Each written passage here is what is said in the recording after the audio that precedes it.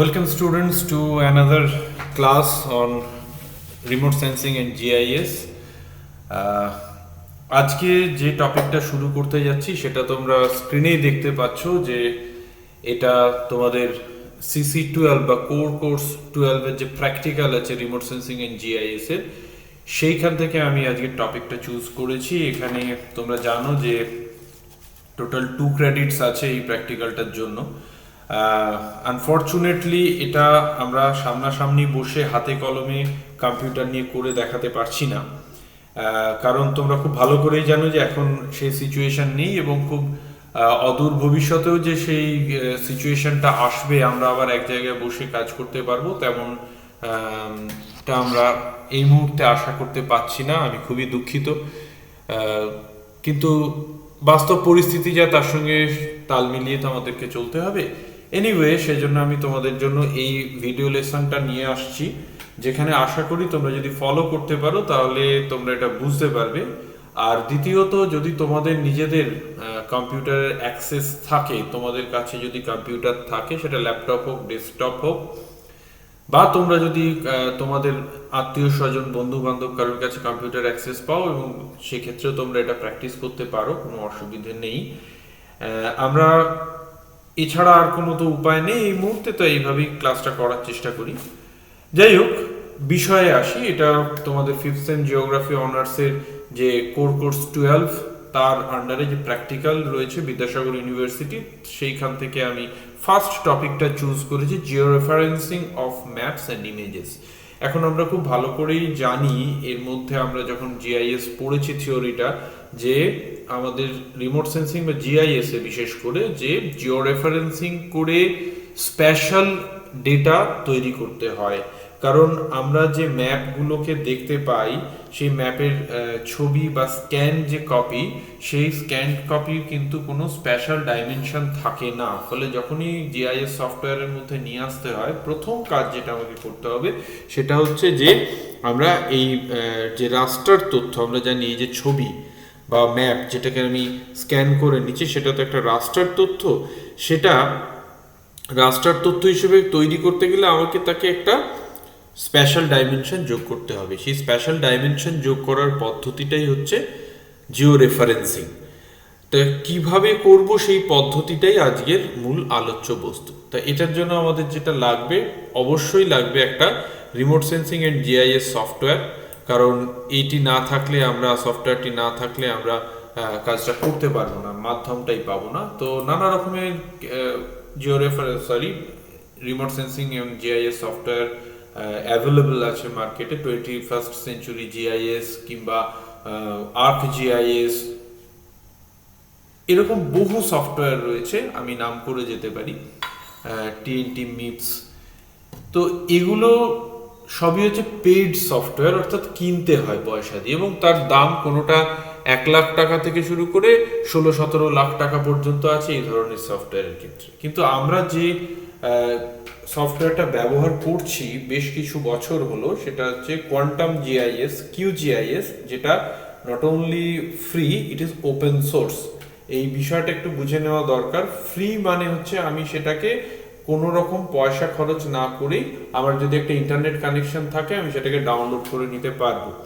আর open source অর্থে এর যে কোডেক, অর্থাৎ এটাকে চালনা করার জন্য যে ব্যাকগ্রাউন্ডে যে অ্যালগোরিদম কাজ করে, এখন তো পাইথন দিয়ে করা হয়। পাইথন দিয়ে আমার যদি জানা থাকে কাজটা কিভাবে করতে পারা যায়, সেইটা আমি নিজে আমার প্রয়োজন মতো মডিফাই করে নিতে পারবো, কোডেকটাকে বা পাইথনটাকে, এর অ্যালগোরিদমটাকে আমি মডিফাই করতে পারবো। That is why it is called open source. বহু বিজ্ঞানী প্রতিদিন নতুন নতুন তথ্য এতে যোগ করছেন, ফলে এটা ফ্রি বলে মনে করার কোনো কারণ নেই যে এটা খুব একটা কেপেবল না বা খুব একটা কার্যকরী নয়।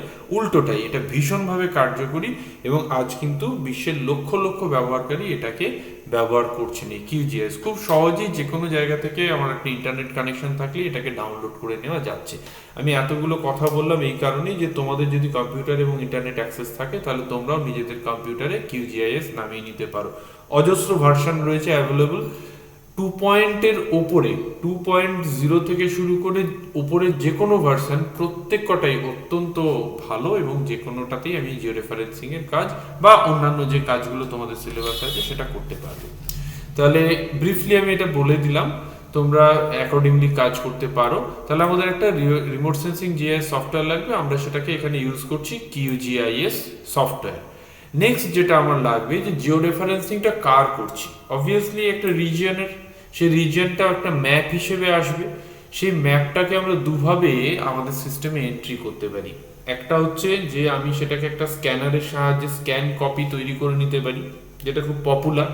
আর ইদানিং যেটা হয়েছে যে যেহেতু মোবাইল হাতে হাতে রয়েছে, তাই আমরা চট করে একটা ছবিও তুলে নিতে পারি ইমেজ ফরম্যাটে। দুটোর মধ্যে তফাৎ হচ্ছে স্ক্যান কপিটা আমার ইমেজ ফরম্যাটেও আসতে পারে, পিডিএফ ফরম্যাটেও আসতে পারে, আর ইমেজ তো সবসময় আমাদের আমরা জানি হয় পিএনজি ফরম্যাটে আসে, নয় জেপেগ বা জেপিজি ফরম্যাটে আসে সাধারণত।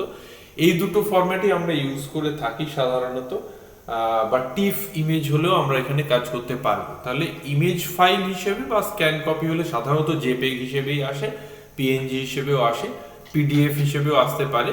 এনিওয়ে আমার আইদার স্ক্যান করতে হবে আমি যে ম্যাপটাকে জিও রেফারেন্সিং করতে চাইছি, অথবা তার একটা ছবি তুলে নিতে হবে। এই দুটো জিনিস আমাদের কাছে থাকলে আমরা এই জিও রেফারেন্সিং এর কাজটা শুরু করতে পারবো। নেক্সট আমি চলে আসছি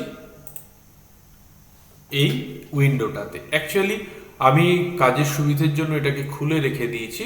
QGIS এর এটা হচ্ছে 3.4 ভার্সন। এটাকে আমি ওপেন করে রেখেছি আগের থেকে, কারণ খুলতে একটু সময় নেয় এটা। তো যাই হোক, এটা হচ্ছে তার প্রিলিমিনারি ডেস্কটপটা বা GUI যেটাকে আমরা বলি, গ্রাফিক্যাল ইউজার ইন্টারফেস, সেটা এইটা। আমরা যেহেতু কোনো নাম দিইনি এই প্রজেক্টটা, তাই এটা আনটাইটেল প্রজেক্ট হিসেবে লেখা হচ্ছে। তো এটা হচ্ছে আমাদের মেনু বার, এটা মেনু বার। আর এখানে আমার বিভিন্ন যে টাস্কগুলো থাকে সেগুলো থাকে, এই প্রসেসিং টুল বারটা থাকে। এটা ইচ্ছাগুলো আমি কেটে দিতে পারি, বাদ দিয়ে দিতে পারি, আমি রাখছি এখানে কারণ আমাদের কাজের সুবিধা হয়। আরও যখন হায়ার গ্রেডের আমরা প্রসেসিং করি তখন এটা কাজে লাগে। এনিওয়ে, আজকের লেসনের জন্য এই পাশেরগুলো কোনো কাজে আসছে না। তো প্রথমেই বলি যে আমরা এই কাজটার জন্য একটা প্লাগ ইন ব্যবহার করব। এই প্লাগ ইনটা এখানে জিও রেফারেন্সিং প্লাগ ইনটা ওই যেটা বললাম 2 পর থেকে ওপর দিকে যা ভার্সন হয়েছে প্রত্যেকটার পার্ট অ্যান্ড পার্সেল, মানে এর মধ্যে আগে থেকেই দেওয়া থাকে। কিন্তু অনেক সময় ভার্সনটা ডাউনলোড করার পরে সেটা রয়েছে প্যাকেজের মধ্যে কিন্তু ইনস্টলড থাকে না। তা সেটা আছে কিনা দেখার জন্য আমরা কি করি, আমরা প্লাগ ইনটাকে ক্লিক করি মেনু বার থেকে, সেখানে ম্যানেজ অ্যান্ড ইনস্টল প্লাগ ইনটাকে ক্লিক করি। ক্লিক করার পর এরকম একটা আমার পপ আপ উইন্ডো চলে আসে। সেখান থেকে ইনস্টলড প্লাগ ইন থেকে আমি যদি ক্লিক করি তাহলে দেখে নিতে পারি, যেমন এখানে টিক করা আছে তার মানে এটা আছে। যদি আমি অল দিয়ে দিই তাহলে সব কটা প্লাগ ইনই দেখিয়ে দেবে। এখানে যদি কোনো কারণে আমার যে প্লাগ ইনটা, এখানে যেমন জিও রেফারেন্সারটা আমি বললাম, জিও রেফারেন্সার জিডাল, এই প্লাগ ইনটা ব্যবহার করব। আর এটা যেহেতু প্রি লোডেড হয়েই আসে তাই নতুন করে ডাউনলোড করার কিছু নেই। কিন্তু কখনো যদি কোনো প্লাগ ইনের আমার দরকার পড়ে, যেটা এই লিস্টে নেই, ঘাবড়ানোর কিছু নেই। এখানে একটা ক্লিক করব, আমি জাস্ট টাইপ করব সেই প্লাগ ইনটার নাম দিয়ে সার্চ করব, করলে সেটা দেখিয়ে দেবে। আমার খালি একটা ইন্টারনেট কানেকশন থাকতে হবে, ইন্টারনেট কানেকশন থাকলে সেটা দেখিয়ে দেবে এবং সেটাকে আমি খুব সহজেই ইনস্টল করে নিতে পারবো। তো এখানে যেহেতু আগে থেকে আমার ইনস্টল করা আছে তাই আমার জাস্ট আমি দেখিয়ে দিলাম, কিন্তু আমার নতুন করে ইনস্টল করতে হলো না। যদি তোমরা কেউ নিজে হাতে কাজটা করো তাহলে আগে দেখে নেবে এটা চেক করা আছে কিনা। যদি চেক না করা থাকে জাস্ট সিম্পলি এটাকে একটা ক্লিক করলে, এটা যেমন এখন আনচেক হয়ে গেল, এটা আবার এরকমভাবে চেক করে দেবে, দিয়ে ক্লোজ করে দেবে।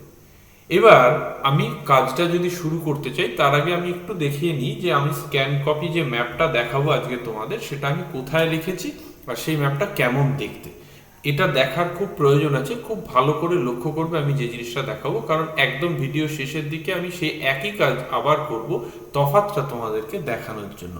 তা আমি এটা কিভাবে করতে পারি, আমি সরাসরি চলে গেলাম লেয়ার থেকে অ্যাড লেয়ার করলাম, অ্যাড রাস্টার লেয়ার। আগেই বলেছি রাস্টার তথ্য এগুলো তোমরা জানো, এটা যেহেতু একটা আমাদের একটা ছবিটা আমরা রাস্টার তথ্য হিসেবে নিই। তাহলে এখান থেকে আমি জাস্ট ফাইল থেকে ক্লিক করা আছে, আমি সোর্সটা খুঁজে নিচ্ছি। আমার এই ফোল্ডারের মধ্যে রাখা আছে। খুব সহজভাবে বোঝানোর জন্য আমি তোমাদের একটা হাতে আঁকা ম্যাপকে রেডি করে রেখেছি। এটা আমি ওপেন করে দিলাম, দিয়ে অ্যাড করে দিলাম, দেওয়ার পরে ক্লোজ। দেখো এখানে ওপেন হয়ে গেছে, এখানে ওপেন হয়ে গেছে। এখানে দেখো হাতে আঁকা একটা আরবিট্রারি ম্যাপ, এটা তার মধ্যে কতগুলো কোঅর্ডিনেটকে এঁকে দেওয়া হয়েছে। এটা ভীষণ প্রয়োজন, কারণ একটা ম্যাপকে আমি যখন জিও রেফারেন্সিং করতে যাব অন্তত 4টে গ্রাউন্ড কন্ট্রোল পয়েন্ট বা জিসিপি আমাদের দরকার হবে, মিনিমাম 4টে। এবং সেই 4টে যদি ম্যাপের মধ্যে খুব ইভেনলি ডিস্ট্রিবিউটেড হয় তাহলে খুব ভালো হয়। অর্থাৎ আমি 4টে বলে এক পাশে 4টে নিয়ে নিলাম, তারপরে ম্যাপটা হবে, জিও রেফারেন্সিং যে হবে না তা নয়, কিন্তু ভুলভাবে হবে এবং তার প্রপার যে শেপ সেটা সে দেখাবে না। কিন্তু আমি যদি ম্যাপের 4 কোণে 4টে পয়েন্ট নিই, ক্রস পয়েন্ট আমার খেয়াল রাখতে হবে। পয়েন্ট মানেই কিন্তু হচ্ছে ক্রস পয়েন্ট, অর্থাৎ যেখানে ল্যাটিটিউড এবং লঙ্গিটিউডগুলো ক্রস করেছে। শুধু ল্যাটিটিউড লিখলে হবে না বা শুধু লঙ্গিটিউড লিখলে হবে না, আমাকে ল্যাটিটিউড এবং লঙ্গিটিউডের যে ক্রস পয়েন্ট সেইগুলিকে নিতে হবে। এখন আমি যখন এই ম্যাপটাকে সিলেক্ট করব, সিলেক্ট করার সময় অবশ্যই গুরুত্ব দেব ম্যাপের মধ্যে থাকা ক্রস পয়েন্টগুলোকে। যেমন এখানে একটা আছে, এখানে একটা আছে, এখানে একটা আছে, এখানে একটা আছে, এখানে একটা আছে, এখানে একটা আছে, এখানে একটা আছে, এখানে একটা আছে। এই পার্টগুলোতে কিন্তু নেই।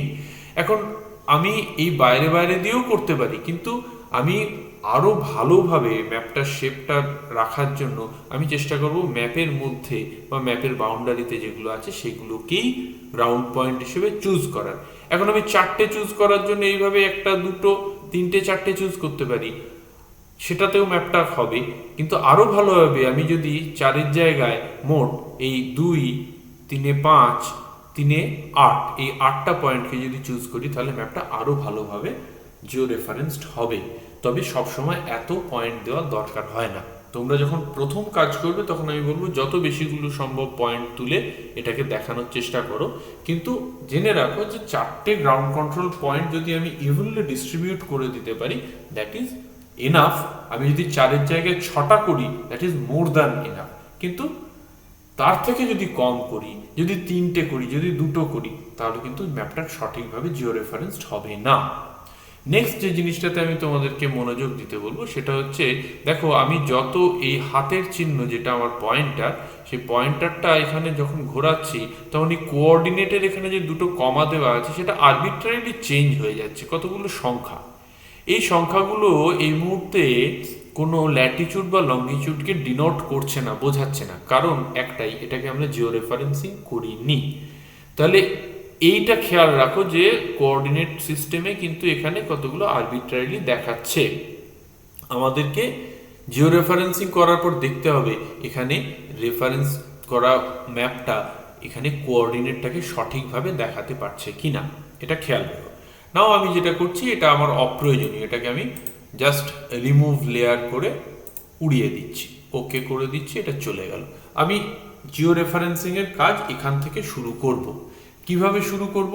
তার জন্য আমি প্রথমে চলে যাব রাস্টার। এই মেনু থেকে, এই মেনু বার থেকে আমি চলে গেলাম রাস্টার, ক্লিক করলাম, তার একদম নিচে চলে এসেছে জিও রেফারেন্সার। এটাকে আমি একটা ক্লিক করে দিলাম,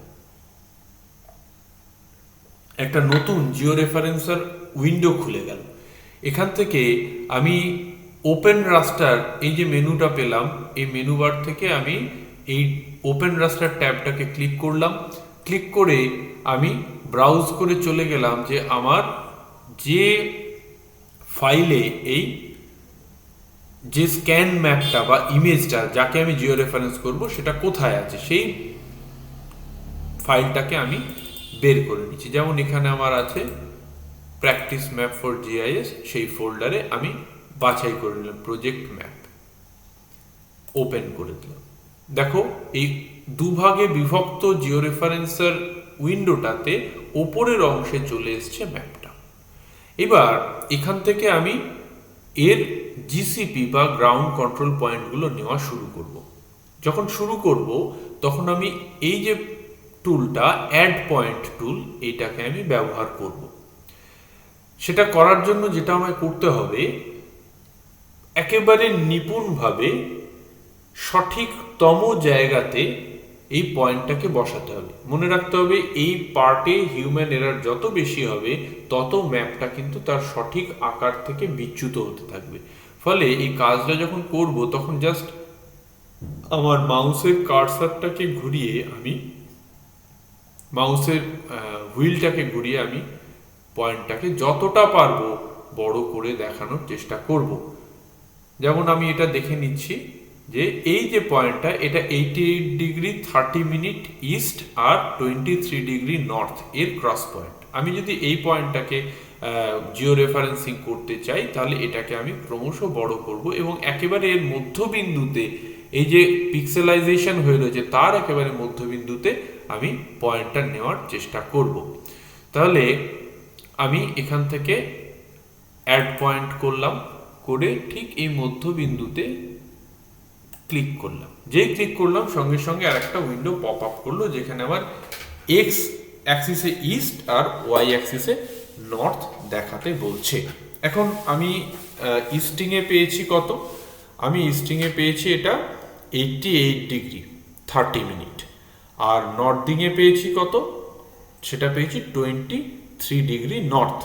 এখন মনে রাখতে হবে এই যে 88 ডিগ্রি 30 মিনিট বা 23 ডিগ্রি এগুলো সবই দেওয়া আছে ডিগ্রি মিনিট সেকেন্ড ফরম্যাটে, আর আমাকে এই শূন্যস্থানে বসাতে হবে ডিগ্রি ডেসিমাল পদ্ধতিতে। ফলে আমার যে মানটা ম্যাপে দেওয়া আছে তাকে প্রথমে ডিগ্রি মিনিট সেকেন্ড ফরম্যাট থেকে ডিগ্রি ডেসিমালে কনভার্ট করে নিতে হবে। তার একটা সহজ পদ্ধতি আছে। এখানে একটা ফর্মুলা আমি লিখে রেখেছি, দেখো, conversion of degree minute second format into degree decimal, D plus M by 60 plus S by 3600। D for here d is equal to degree, m is equal to minute আর s is equal to, অর্থাৎ এই formula অনুযায়ী আমি আমার map থেকে যে তথ্যটা পাচ্ছি সেই তথ্যটাকে ডিগ্রি ডেসিমালে ট্রান্সফার করে নিচ্ছি। যেমন আমি ম্যাপে যদি আমি ইস্টের ক্ষেত্রে দেখি আমি পেয়েছি 88 ডিগ্রি 30 মিনিট, সেক্ষেত্রে আমার 88 ডিগ্রি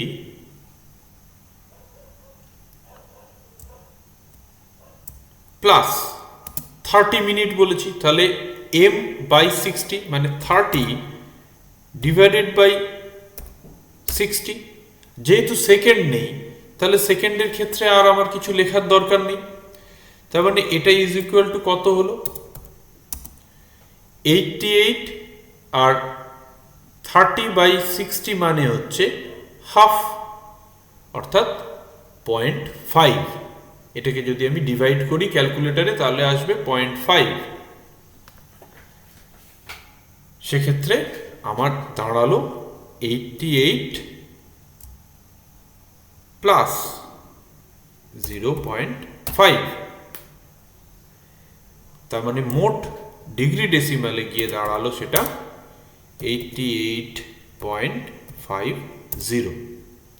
ঠিক একইভাবে আমি অন্যান্য যতগুলো ধরনের পাবো, যে পাবো degree decimal degree minute second ফরম্যাটে, সবগুলোকে আমি ডিগ্রি ডেসিমালে এইভাবে কনভার্ট করে নেব। তাহলে এই প্রিন্সিপালটা মাথায় রেখে আমি আবার ফিরে যাচ্ছি। তাহলে ইস্টে আমার লিখতে হবে 88.5, আর নর্থে যেহেতু শুধু 23 ডিগ্রি আছে তাহলে শুধু 23ই হবে, কারণ 00 মিনিট 00 সেকেন্ড তাকে আর কনভার্সন করার দরকার নেই, 23। তাহলে ওকে করে দিলাম। এখানে একটা জিসিপি টেবিল চলে এলো যেখানে ফার্স্ট ভ্যালুটা দিয়েছে। নেক্সট আবার আমি জুম আউট করে নিলাম, এই প্যান ফরম্যাটটা দিয়ে আমি চলে এলাম। নেক্সট পয়েন্ট আমি কন্ট্রোল পয়েন্ট নেব এই ক্রসটাকে, যেখানে আমি পাচ্ছি কত না, এটা হচ্ছে 89 ডিগ্রি ইস্ট আর 23 ডিগ্রি নর্থ। এটা আমি খেয়াল রেখে এটাকে আবার প্যান করতে শুরু করলাম।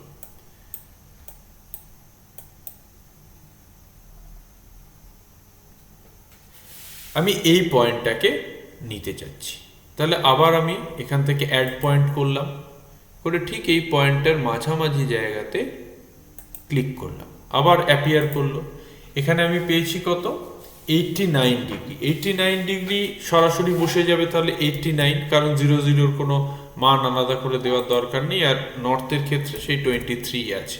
ওকে করে দিলাম, আবার একটা পয়েন্ট আমার যোগ হয়ে গেল। নেক্সট আবার আমি জুম আউট করলাম, প্যানিং টুলটা নিলাম। নেক্সট পয়েন্ট আমি কোনটা নিচ্ছি, আমি এইটা নিচ্ছি। এই পয়েন্ট ক্রস পয়েন্টটা কত, এটা 22 ডিগ্রি নর্থ আর 89 ডিগ্রি 30 মিনিট ইস্ট। সরি, আমাদের একটা ভুল হয়েছে, এটা 89 ডিগ্রি 00 যদি থাকে, এটা 89:30 কিন্তু হতে পারে না, এটা আমাদেরকে 89 বলেই ধরে নিতে হবে। এখানে লেখার একটা ভুল হয়েছে। তাহলে এটা হচ্ছে 22 ডিগ্রি আর এটা হচ্ছে 89 ডিগ্রি। এইখানে আমি আবার জুম করছি, আবার জুম ইন করছি, আবার জুম ইন করছি, যতটা পারা যায় এই ক্রস পয়েন্টটাকে আমি নেব। তাহলে অ্যাড পয়েন্ট করলাম, দিয়ে দিলাম। এখানে তাহলে দিই, ইস্টে হচ্ছে 89 এবং নর্থে হচ্ছে 22। ওকে, 3 নম্বর পয়েন্ট আমার চলে এসছে। আবার জুম আউট করছি, আবার প্যান টুল নিচ্ছি, আমি চলে আসছি এই ক্রস পয়েন্টটাতে, যেটা হচ্ছে কিনা 88 ডিগ্রি এবং 22 ডিগ্রির ক্রস পয়েন্ট। এটা হবে আমার 4th and final cross point. তাহলে এক্ষেত্রে আমি এই যে ফাইনাল যে ক্রস পয়েন্টটা, এই পয়েন্টটাকে আমি ক্রমশ বাড়াচ্ছি। আমার এটা কিন্তু ভালো করে খেয়াল রাখতে হবে, কারণ এইখানে যেই ভুল হয়ে যাবে সঙ্গে সঙ্গে পয়েন্টগুলো এরর দেখাতে থাকবে। নেক্সট আবার আমি অ্যাড পয়েন্ট করছি এই পয়েন্টটা, এই ক্রস পয়েন্টটাকে। এখানে আমি লিখে দিচ্ছি যে 88 আর 22। ওকে, তাহলে আমার 4টে জিসিপি নেওয়া হয়ে গেছে। এখন এখানে আমি দেখতে পাচ্ছি যে, এটাকে যদি একটু আমি ছোট করে নিই, তাহলে আমি এখানে দেখতে পাচ্ছি এদের লেখা হচ্ছে যে ট্রান্সফরমেশন নট সেট। ট্রান্সফরমেশনটা করা হয়নি। ট্রান্সফরমেশন যেহেতু করা হয়নি, তাই আমি এদের সম্মিলিত যে সোর্সের এরার, সেই সোর্স এরারটা আর বুঝতে পারছি না। এই সোর্স এরারটা খুব জরুরি, কারণ সোর্স এরারটা যতক্ষণ থেকে যাবে ততক্ষণ আমার জিও রেফারেন্সিংটা সম্পূর্ণ হবে না। তা সেই কাজের জন্য আমাদেরকে প্রথমে ম্যাপটাকে ট্রান্সফর্ম করতে হবে। আমাকে ট্রান্সফরমেশন সেটিংটাকে ক্লিক করতে হলো। অতঃপর আমি কি করছি, ট্রান্সফরমেশন টাইপ, এখানে লিনিয়ার থেকে শুরু করে নানা রকমের আছে। আমি যদি লিনিয়ার করি আমার এররটা প্রচুর এসে যাবে। আমি করে দেখতে পারি, আমি একবার করে দেখিয়ে দিই। রিস্যাম্পলিং মেথড সবসময় নিয়ারেস্ট নেবার দেওয়া হয়, এটা ঠিক আছে। লোড ইন কিউজিআইএস, এটাকে আমি জাস্ট চেক করে দিলাম, দিয়ে ওকে করে দিলাম। যেই ওকে করে দিলাম সঙ্গে সঙ্গে দেখো মিন এরর দেখাতে শুরু করে দিচ্ছে 6.42। খুব বেশি নয়, কিন্তু তাহলেও যথেষ্ট বেশি। অনেক সময় এটা 100-150 এসে যায়, যত বড় এ রাখা হবে তত বেশি হয়ে যায়। তো এইটা কিন্তু পারমিসিবল না, আমাদের চেষ্টা করতে হবে 1 বা তার নিচে নামিয়ে আনতে মিন এররকে। সেজন্য আমরা করি কি, আমরা এটা সাধারণত লিনিয়ারের বদলে পলিনোমিয়াল 1 এই ট্রান্সফরমেশন টাইপটা ইউজ করি, বাকি সব ঠিক থাকবে। এটাকে আমি যদি ওকে করে দিই, মিন এরর আছে, এখনো আছে, এটা 4 পয়েন্ট সামথিং আছে, সেটাও কিন্তু সঠিক নয়। কিন্তু আজকের প্রয়োজনে আমি, যেহেতু আমাদের দরকার হচ্ছে শুধুমাত্র জিও রেফারেন্সিং টেকনিকটা দেখানো, আমি এটাকে মেনে নিচ্ছি। কিন্তু মনে রাখতে হবে যে যদি আমি রিসার্চের কাজে এটাকে লাগাতে চাই, এটাকে আরো কমিয়ে আনতে হবে। তাহলে ট্রান্সফরমেশনটা এটা আরো কমে যেত যদি আমি ম্যাপটা শুরুতেই ট্রান্সফরমেশন করে নিয়ে তারপরে জিসিপি পয়েন্টগুলো নিতাম, যেটা বেটার প্র্যাকটিস। কিন্তু আমি ইচ্ছা করেই সেটা করিনি, তোমাদের কাছে এই চেঞ্জ ওভারটা দেখাবো বলে। তোমরা যখন বাস্তবে কাজটা করবে তখন অতি অবশ্যই জিও রেফারেন্সিং, জিও পয়েন্টটা নেওয়ার বা কন্ট্রোল পয়েন্টটা নেওয়ার আগে এই ট্রান্সফরমেশন সেটিংয়ে গিয়ে সেখান থেকে ট্রান্সফরমেশন টাইপ পলিনোমিয়াল 1 দিয়ে রিস্যাম্পলিং মেথড নিয়ারেস্ট নেবার রেখে আমায় কাজটা করে দিতে হবে। হ্যাঁ, আর একটা জিনিস এখানে করা কিন্তু হয়নি, সেটা হচ্ছে টার্গেট এসআরএসটা সেট করা হয়নি। এটা আমরা সাধারণত কি করি, এটা আমরা রাখি প্রজেক্ট সিআরএস WGS84, এটা রেখে আমরা এই কাজটা করি। তাহলে এইটা যখনই করছি সঙ্গে সঙ্গে কিন্তু আমার প্রজেক্ট সিআরএস এর সঙ্গে আমার যে জিও রেফারেন্স করা যে ম্যাপটা সেটা একই ফ্রেমওয়ার্কে চলে আসছে, ফলে আমার মিন এররটা অনেক কমে আসছে। তাহলে যখন এটা হয়ে গেল, আমি এররটা যখন আমার মন পছন্দ হয়ে গেল যে ঠিক আছে এররটা কমে এসছে 0 বা 1 কাছাকাছি আছে, আমি তখন এটাকে ট্রান্সফরমেশনটা শুরু করে দেবো। স্টার্ট জিও রেফারেন্সিং, এখানে একটা প্লে বাটন আছে, জাস্ট ক্লিক করে দিলাম, সঙ্গে সঙ্গে দেখো লেখা হয়ে গেছে রাস্টার হ্যাজ সাকসেসফুলি জিও রেফারেন্সড। তার মানে এটা তৈরি হয়ে গেছে। এবার আমরা কি করছি, এটাকে জাস্ট আমরা ক্রস করে দিচ্ছি। জিসিপি পয়েন্টগুলোকে সেভ করা যায়, যদি আমি সেভ অপশনটা দিই তাহলে সেভ হয়ে যাবে। এবার আমার কিন্তু ম্যাপটা লোড হয়ে গেছে, মডিফাইড নামটা চেঞ্জ হয়ে গেছে। আমি এর থেকে রিনেমও করতে পারি আমার ইচ্ছে মতো। এখানে রিনেমটা করলেই আমি এটাকে রিনেম করে নিতে পারি। আমি এটাকে রিনেম করে নিলাম যে ট্রাই আউট ম্যাপ বলে আমি এটাকে রিনেম করে নিলাম, তাহলে সেই নামই চলে এলো। এইবার লক্ষ্য করো যে আমার প্যান টুলটা, এই যে হাতের মতো চিহ্ন যেটা প্যান টুল বলা হয়, তাকে আমি যখন ঘোরাচ্ছি কোঅর্ডিনেটটা কিভাবে চেঞ্জ হচ্ছে দেখো। কোঅর্ডিনেটটা কিন্তু এখানে যেটা লেখা আছে দেখো সেটাকেই দেখাচ্ছে, 89 ডিগ্রি এবং 22 ডিগ্রি, অলমোস্ট সেই জিনিসটাই দেখাচ্ছে। এটা তার অর্থ হচ্ছে যে জিও রেফারেন্সিংটা সঠিক হয়েছে। আমরা এর ওপরে এটা একটা রাস্টার লেয়ার তৈরি হলো, জিও রেফারেন্স রাস্টার, অর্থাৎ এইটা এর আগে পর্যন্ত যতক্ষণ আমরা জিও রেফারেন্সিং করিনি ততক্ষণ পর্যন্ত ছিল একটা নন স্পেশাল ডেটা, ইমেজ ফরম্যাটে ছিল। আমরা সেটাকে জিও রেফারেন্সিং করে একটা স্পেশাল ডেটা করেছি, এটা একটা রাস্টার ডেটা। এটাই আজকের আমাদের টপিকের বিষয়বস্তু ছিল। আশা করি তোমরা বিষয়টা বুঝতে পেরেছো এবং তোমাদের যদি সম্ভব হয় এটাকে প্র্যাকটিস করে দেখো, এবং করতে গিয়ে যদি কোনো অসুবিধে হয় তাহলে আমাকে অবশ্যই হোয়াটসঅ্যাপের মাধ্যমে বা মেল করে তোমরা জানিও। যদি আশা করি বুঝতে পেরেছো। ভিডিওটা যদি কোনো জায়গাতে মনে হয় যে সমস্যা হয়েছে তাহলে অবশ্যই আমাকে জানাতে ভুলো না। সকলে ভালো থেকো, সুস্থ থেকো, পড়াশোনা চালিয়ে যাও।